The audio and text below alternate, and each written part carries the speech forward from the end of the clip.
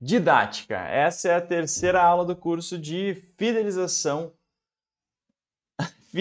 de alunos, fidelização para professores autônomos. Beleza? Me deu um pequeno branco na hora de falar. Mas enfim, didática. A didática é uma das principais coisas que você deve pensar na hora de fidelizar os seus alunos. É ela que vai determinar se o seu aluno vai aprender ou não.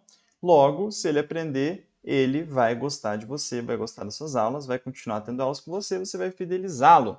E mais, ele vai gostar tanto das suas aulas que ele vai te indicar. E mais, ele vai aprender tanto que ele vai gravar um depoimento. Isso, tanto a indicação dele quanto o depoimento dele vão te ajudar a captar mais alunos. Então, isso é muito bom para a sua carreira. A didática é importantíssima, beleza? Então, o que é a didática? A didática é um conjunto de técnicas e estratégias que serão utilizadas ao decorrer das aulas para que o currículo seja absorvido.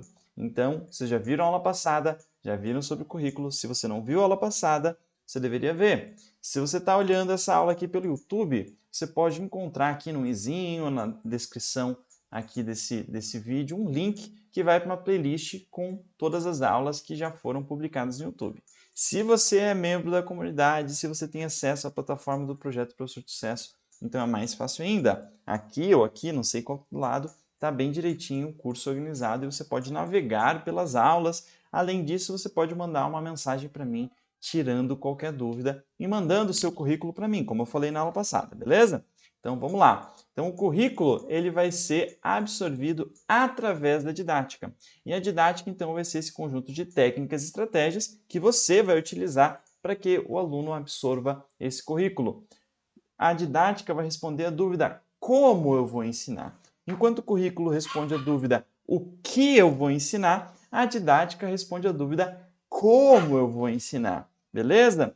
E como eu vou ensinar vai ser através de recursos. Recursos, eu vou ter recursos do aprendizado, do ensino. O aluno vai aprender a partir de algum recurso. Não existe aprendizado do nada, do zero. A gente aprende ou a partir de alguém nos ensinando de forma expositiva, ou a partir de uma vivência, uma experiência que a gente tem, ou a partir do exemplo de alguma outra pessoa, de alguma outra coisa, ou a partir de algum questionamento ou de alguma provocação, algo que nos tira do eixo, algo que nos afeta e faz a gente ter alguma reflexão. Logo, essa reflexão desemboca, desencadeia em um aprendizado. Beleza? E esses, então, são os recursos do aprendizado. A exposição é um recurso dele. Nós, professores autônomos, podemos expor. O que é expor? Pensando na. Como é que é o nome, a composição da palavra? Da. Esqueci o nome, né? Daquela ciência que pensa a origem da palavra, né? Esqueci o nome. Então, etimologia, obrigado, minha esposa me ajudou, a Maeli, vocês conhecem, né?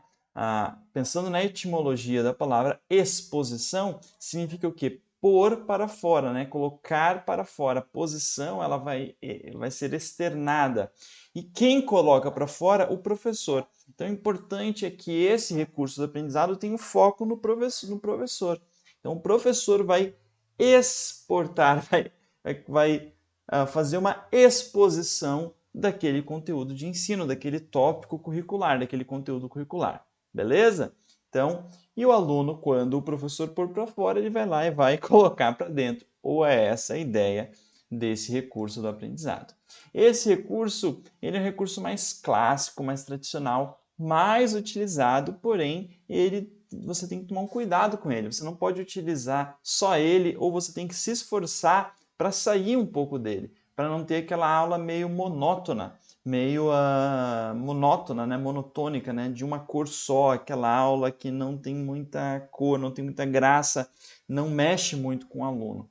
Então, se você só expõe alguma coisa, o aluno pode acabar lá dormindo do outro lado, não absorvendo, ele lá te ouvindo, ele pode não aprender tão bem, beleza? Então tem que cuidar com isso.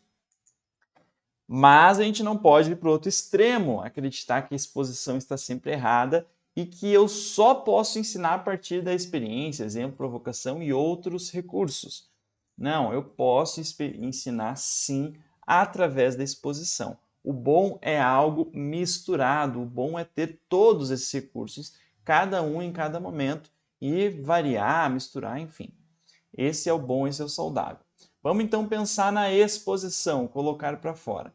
Depois a gente vai pensar na experiência, que é sair para conhecer. Etimologicamente significa isso, sair para conhecer. Eu vou sair da minha zona de conforto, vou sair da minha casa para conhecer alguma coisa. O aluno vai sair da zona de conforto dele, vai sair da mente dele, vai sair da casa dele para conhecer alguma coisa. E quem vai propiciar, quem vai catalisar, quem vai instigar essa experiência? O professor. Então, quando você faz o aluno passar por uma experiência, você está ensinando aquele aluno. E o bom disso é que aqui o foco está no aluno. Isso é maravilhoso, né? Esse sair para conhecer, o foco está no aluno. É o aluno que sai para conhecer. Ele atua, ele age para o aprendizado, para o desenvolvimento dele, tá bom? Então, esse é um ótimo recurso do aprendizado. Eu vou dar um exemplo aqui. Eu preciso ensinar, por exemplo, um vocabulário específico em inglês. Eu poderia ensinar o vocabulário, vamos supor, eu quero ensinar meu aluno a se virar em inglês dentro de uma farmácia. Então, quais são as frases que ele precisa aprender, quais são os vocabulários que ele precisa desenvolver, o que ele precisa falar, como ele precisa falar, um pouco de cultura, um pouco de como funcionam as farmácias naquele país que ele vai ir. Né? Eu posso só expor isso, fazer um PowerPoint e expor. E o aluno vai aprender. Ou eu posso, por exemplo, colocar ele dentro de uma farmácia. Colocar ele literalmente dentro de uma farmácia. Pegar ele e levar ele até uma farmácia e fazer ele ter essa experiência. Né? Claro que isso fica um pouco difícil, então você pode emular, né? Você pode fingir essa experiência através de um site, um aplicativo de compras de farmácia de algum outro país. Ou você pode fingir ser o farmacêutico, não é? Aquele teatrinho, ou você pode pensar de alguma maneira de fazer o aluno ter essa experiência de estar numa farmácia naquele idioma. Isso serve para o Enem, com os famosos simulados, né? Simular é simular a experiência do aluno lá fazendo a prova. Na música, na dança, nas artes, você pode simular aquilo que o aluno vai ter no objetivo dele. Então, você pode simular que ele está tocando numa roda de violão. Ou você pode, inclusive, fazer isso. Você pode unir todos os seus alunos e fazer uma roda de violão com seus alunos. Você está propiciando uma experiência e eles vão aprender com isso. Certo? Eu dei alguns exemplos, tá, aqui para vocês, mas vocês vão buscar, com a criatividade, propiciar essas experiências como recursos de aprendizado. Outra coisa é o exemplo. O que é o exemplo? Um exemplo de exemplo que eu posso dar para vocês é o que eu faço aqui com vocês. Né? Sempre que eu tento ensinar uma coisa, eu tento dar um exemplo. E eu tento dar um exemplo tentando imaginar quem está aí do meu lado, porque eu sei que a maior parte do meu público ou é professor de idiomas, ou é professor de música e dança, alguma arte, ou é professor de reforço escolar ou pré-vestibular. A maioria, tá? Tem alguns professores de algumas áreas do conhecimento mais distantes, né? Enfim, temos professores bem variados aqui no projeto que não se enquadram nesses grupos. Mas eu tento pensar nesses grupos porque a maioria de vocês vai se enquadrar nesses grupos e vai se identificar com o que eu estou falando. Quando você tem um aluno particular na sua frente, isso se torna mais fácil.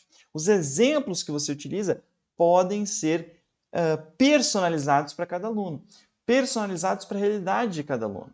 Então, pensando no trabalho do seu aluno, no emprego do seu aluno, né? O que ele faz da vida? Você pode utilizar exemplos que se aproximem do trabalho dele. Quais são os hobbies que ele pratica, onde ele mora, qual o vocabulário dele, o que ele fala, como ele fala o que ele fala, qual o sotaque dele, tudo isso você pode trazer um exemplo bem próximo da realidade dele, ajudando assim a ele entender o que você está ensinando. Exemplo, etimologicamente, é tirar uma amostra para fora.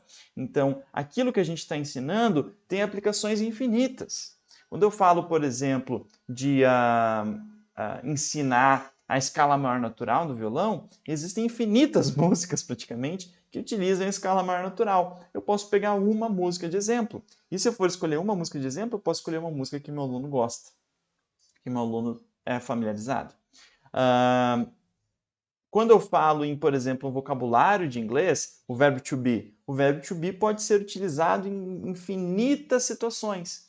Eu posso escolher uma situação. Qual? Uma situação que o meu aluno é familiarizado, ou uma situação que tem a ver com o objetivo do meu aluno, ou uma situação que tem a ver com o hobby que o meu aluno pratica. E, a partir dessa situação, desse exemplo, ensinar o tal do verbo to be, ou, enfim, aquele conteúdo gramatical que você quer ensinar no idioma que você ensina. No caso do pré-vestibular, eu posso, como professor de física, trazer aqueles exemplos de física ou até elaborar questões de física que tem a ver com o cotidiano do aluno, com aquilo que ele ensina. Beleza? Ou que tem a ver com a prova que ele vai executar. Então, se ele vai executar o vestibular específico da UFRJ, eu posso, evidentemente, trazer no dia a dia das minhas aulas questões de provas anteriores da UFRJ como exemplo. Certo? Então vamos lá. Exemplo então é tirar para fora, tirar uma amostra para fora. E tem também aquele método que é provocar, questionar, perguntar. O famoso método socrático, em que o aluno vai chegando na conclusão sozinho, a partir de provocações, de questionamentos. Né? Então, você dá uma questão para ele, você dá uma questão para ele resolver que você não ensinou a resolver.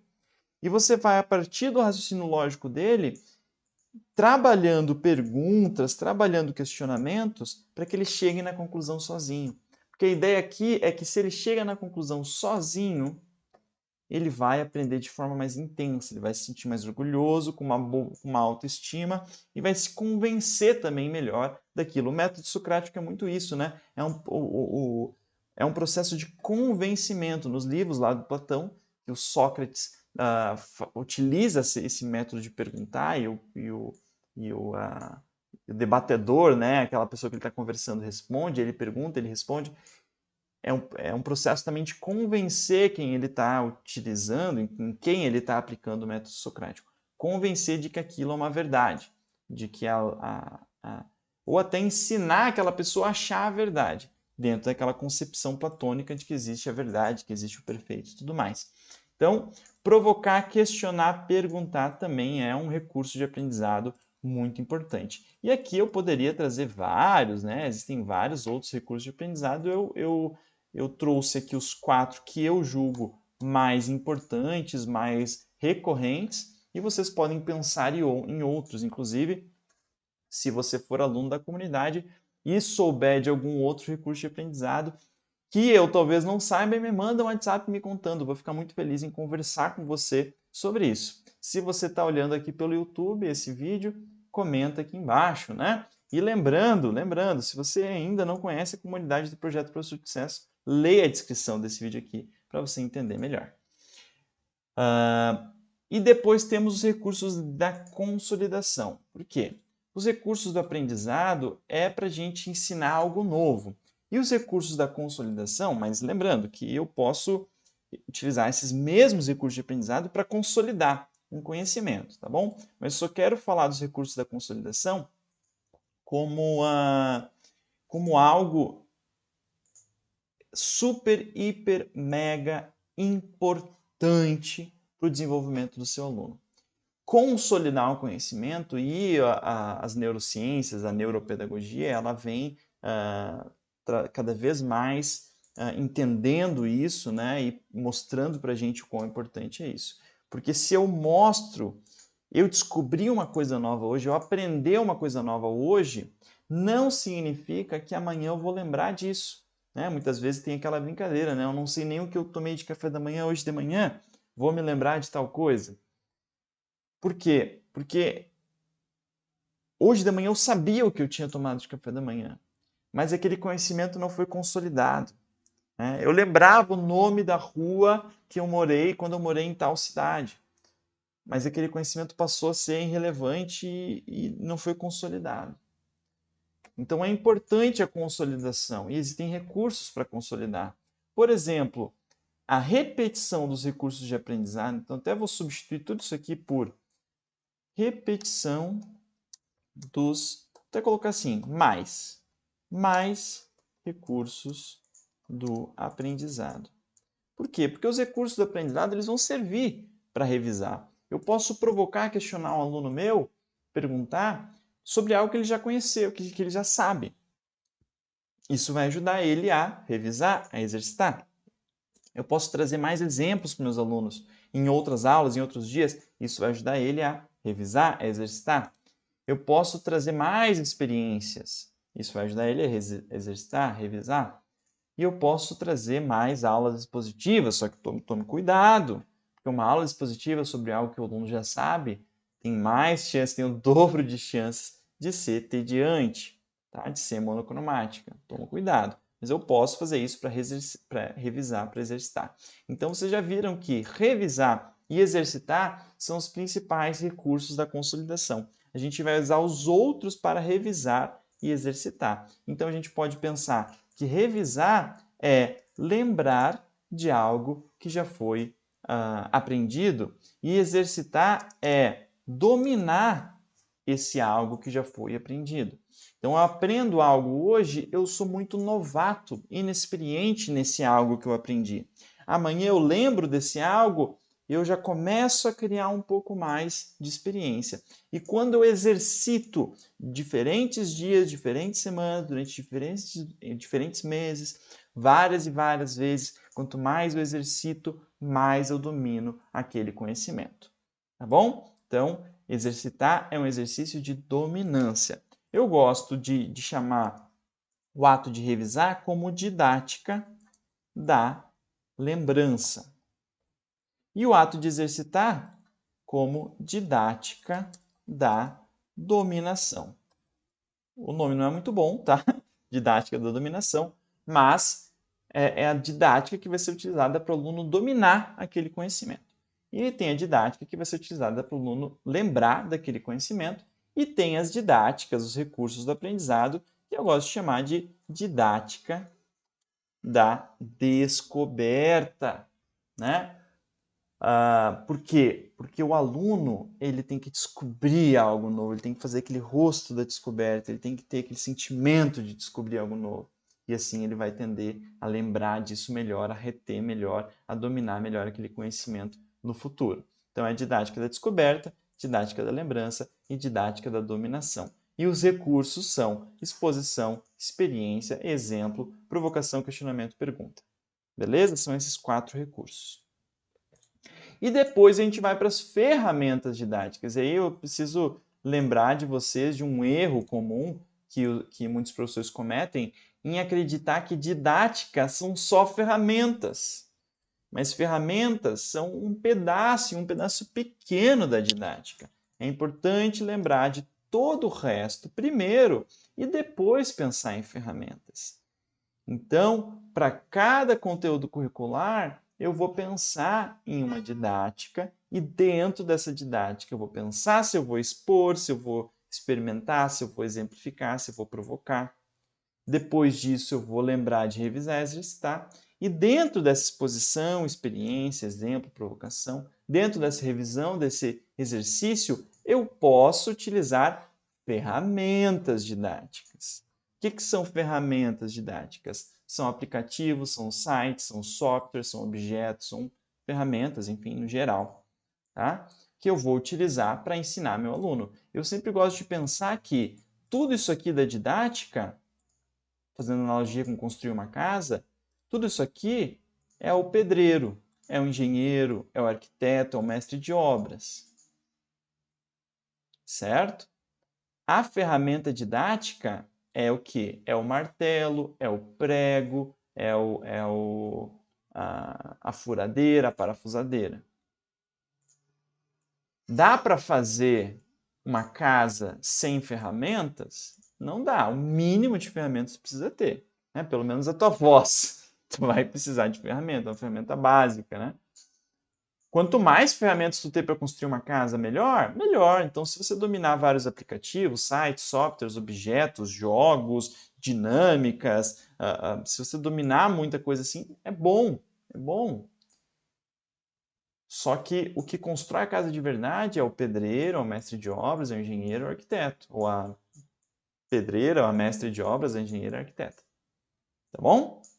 É importante lembrar. E daí eu tenho uma recomendação de um canal de YouTube que fala de ferramentas didáticas, né? Porque eu não tenho tempo, nem paciência para tratar desses assuntos aqui na comunidade. Então, é um assunto que você não vai encontrar aqui na comunidade, é assuntos específicos de aplicativos, de sites e softwares. O que a gente tem aqui na comunidade é um curso chamado Como Dar Aulas Online, onde eu falo, sim, de muitos aplicativos, sites e softwares, só que eles são básicos. Então, eu falo, por exemplo, de softwares de transmissão de vídeo, Zoom, Google Meet, Skype. Eu falo, por exemplo, de sites de softwares de escrita. Por exemplo, agora eu estou utilizando um recurso didático.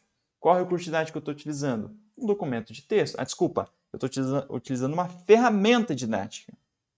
Qual ferramenta didática eu estou utilizando? Um documento de texto, bem simples. Um mouse, um computador. Essas estão sendo minhas ferramentas didáticas agora. Tá bom?